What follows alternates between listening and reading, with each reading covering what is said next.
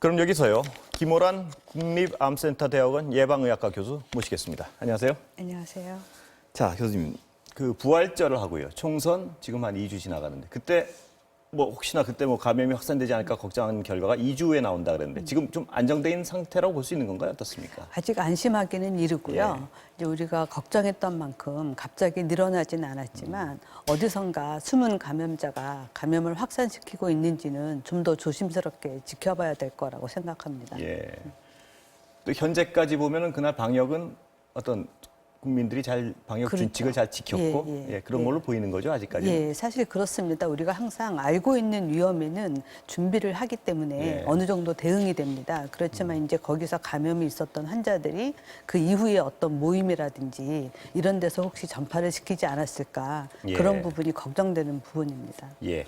교수님, 오늘 생활 방역 준칙 구체적으로 나왔는데요. 뭐 일반인들이 보면 재미있는 게 많습니다. 뭐 변기 뚜껑을 달아 뭐 이런 것도 어떻습니까? 좀 구체적으로 소개해 주시면. 예, 왜냐하면 이제 코로나 바이러스가 호흡기에서도 증식하지만 소화기에서도 증식을 하고 대변에서도 나옵니다. 그래서 이제 이전에 사스와 마찬가지로 이제 혹시라도 화장실 이제 라인을 통해서 감염될 수도 있다. 그래서 변기 뚜껑을 덮어라라는 이제 이야기가 처음부터 나왔었고요. 이번에 다시 세부 지침이 나왔는데 좀 걱정스러운 거는 공중 화장실에서 변기 뚜껑 자체를 없애버린 곳들이 좀 있습니다. 그래서 그런 부분들은 좀 검토가 필요합니다. 아, 거기에 대한 대책은 아직 나온 게 아니고요. 예, 그렇습니다. 그 소리 지르지 마라라는 것도 눈에 띄던데 그건 뭐? 그렇죠. 아무래도 이제 비말 때문에 그런가요? 그렇죠. 말을 하게 되거나 이제 노래를 부르게 되거나 그러면 상기도에 증식해 있던 바이러스가 나올 가능성이 크기 때문에 그렇게 지침을 넣었습니다. 교수님 생각하시기에 가장 중요한 지침은 뭔가요? 뭐 다 중요하겠지만 가장 많이 지켜야 역시 손 씻기인가요? 어떻습니까? 역시 손 씻기하고 마스크 쓰기고요. 그다음에 이제 우리가 잘 알면서도 이제 지키지 못하는 것이 아프면 3, 4일 집에서 쉰다입니다. 누구든지 아프면 나가서 일하고 싶지는 않습니다만 우리나라에 이제 이렇게 고속 성장한 배경이 열심히 일하는 거잖아요. 아픈데도 일하는 게 문화가 있었거든요. 그래서 이런 부분들을 어떻게 우리 문화를 조금씩 바꿔나가면서 정착시킬 수 있을지, 국가는 어떤 지원을 해야 되는지 고민이 많이 필요한 부분이죠. 그 교수님 말씀하신 부분은 특히 사측에서 많이 유념을 해서 근로자들이 아프거나 하면 쉬는 걸 권장하는 게 가장 중요하겠죠. 근로자 당연히 좀 아프면 쉬고 싶을 테니까요. 그렇죠? 그렇지만 이제 무조건 회사한테 부담하라고 할 수도 없기 때문에 국가에서는 어떤 국가의 이제 지원이 필요하고요. 인센티브도 필요하고 또 만약에 그거를 못하게 할 경우에 어떤 페널티도 필요하고 그렇습니다. 그 권고사항이라는 게 좀 걸리는 부분이 있는데요. 안 지키면 그만이다. 뭐 이렇게 쉽게 아주 단순화시키면 그런 사항.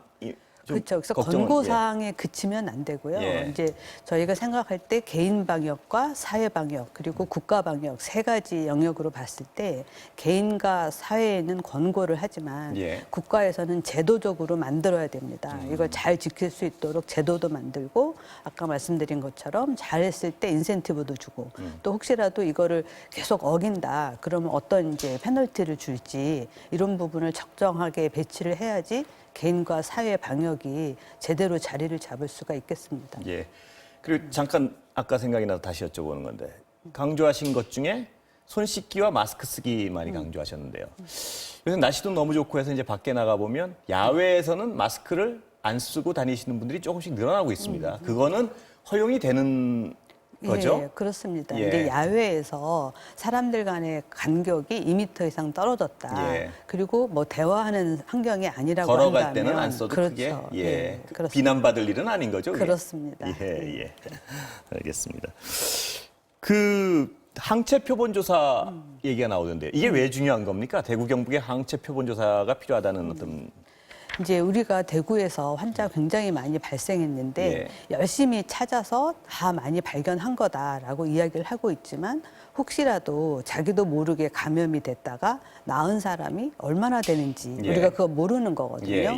그래서 이제 항체를 검사를 해보면 실제로 지금 대구 경북의 환자 발생률보다 더 높지는 않을지 이런 걸 확인해 보고자 하는 겁니다. 높을 가능성이 당연히 높은 거 아닌가요? 예, 실제 발생률보다는 조금 높겠지만 그 규모가 얼마나 될지에 예. 따라서 우리가 사실은 찾아내지 못한 환자가 얼마나 있었는지를 알 수 있는 거죠. 관련해서 말입니다. 뉴욕에서 그 소식 들으셨겠지만 항체 검사를 해보니까 13%에서 14% 가까이 온 이거는 현재 그 환자보다 훨씬 많은 숫자인데요. 그렇죠. 그렇기 때문에 예. 뉴욕에서 환자가 많이 나왔지만 실제로는 그보다 거의 10배나 환자가 더 많았다는 예. 얘기고 그 얘기는 정말 우리가 이제 한 1월 20일 한국이랑 똑같이 미국에서도 첫 환자가 나왔는데 예. 우리보다 뒤늦게 유행을 겪고 있잖아요. 예. 그 얘기는 계속해서 유행이 확산되고 있는데도 검사를 하지 않아서 몰랐다는 얘기를 했는데 예. 그게 이제 증명이 되는 거고요. 예. 실제로 우리보다 치명률이 훨씬 높은데 거기서 이제 치료를 잘 못해서 치명률이 높다기보다는 정말 경증인 환자를 다 찾지 않았기 때문에 네. 치명률이 높게 나온 거라는 것을 반증하고 있는 겁니다. 자, 교수님, 어떤 분들은요, 이런 말씀을 하시는 분들도 계시던데, 우리가 워낙 너무나 추적과 관리를 잘해가지고, 이 환자 확산을 억누르는 작업은 굉장히 잘 돼 있는데요. 그 때문에 면역을 가진 인구는 굉장히 낮단 말입니다. 이게 2차 유행에 오히려 위험 요소가 될 수 있다는 지적을 하는 분들도 있는데 어떻습니까, 이 부분에 대해서? 그렇긴 합니다. 예. 우리가 전부 다 이제 면역이 없기 때문에 언제든지 들어오면 다시 나타날 수는 예. 있어요. 그렇다면 이제 면역을 높이기 위해서 감염이 확산되도록 그냥 둘 것이냐? 예. 그거는 아닌 거죠. 예. 그렇게 되면 굉장히 많은 사망을 감당해야 되기 때문에 의료 체계의 부담도 역시 그렇습니다. 예. 그건 아니고요. 대신에 이제 문제는 어디까지 완전히 낮춰서 발생 수준을 이제 뭐 우리나라가 요즘 이제 하루에 10명 미만인데 계속 그 수준으로 유지해 나갈 수 있을 것이냐. 그것이 이제 또 관건이고요.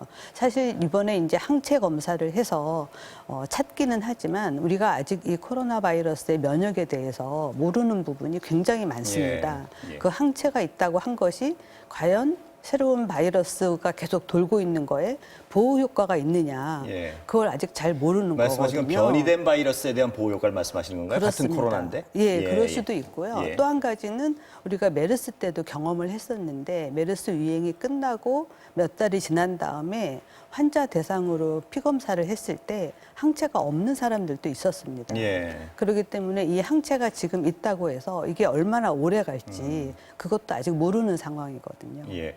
그러니까 앓고 지나갔다고 해서 예. 항체가 생기는지 여부도 완전히 확실한 건 아니고요. 그렇죠. 아, 예. 또 생겼다고 해서 그 항체가 얼마나 지속될지도 예. 현재로서는 모르는 거고요. 예, 예.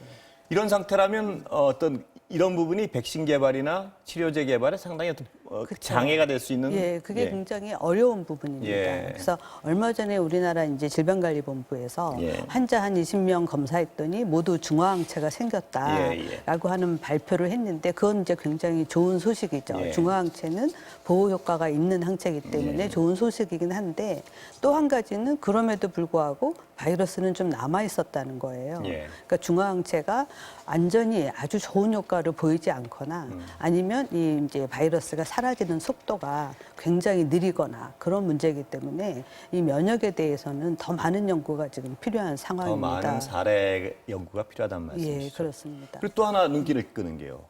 고위험자 중에 비만이 다시 얘기가 나오는 것 같은데요. 비만은 어떤 위험도가 훨씬 올라갑니까, 환자가? 그렇습니다. 지금 비만이나 흡연이 예. 굉장히 이제 위험한 요인이다라고 나오고 있어요. 예. 우리나라에서도 이제 흡연자가 고위험이다라는 건 나왔는데 비만은 별로 연구가 예, 된 바가 없고요.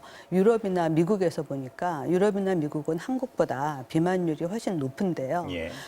고위험 환자, 이제 중환자실에 들어가 있는 환자를 보니까 비만도가 더 높다. 아, 이제 예. 이런 이야기가 나오고 그럼 있습니다. 그 말씀은 비만인 분들은 감염되기 쉽다는 말씀인가요? 아니면 감염되면 악화되기가 쉽다는 말인가요? 악화되기가 쉽다는 뜻입니다. 감염 가능성에 있어서는 동일하고요. 예, 교수님 그렇습니다. 오늘 말씀 감사합니다. 예, 감사합니다. 네, 여기까지 듣겠습니다. 지금까지 김호란 국립암센터대학원 예방의학과 교수와 함께했습니다.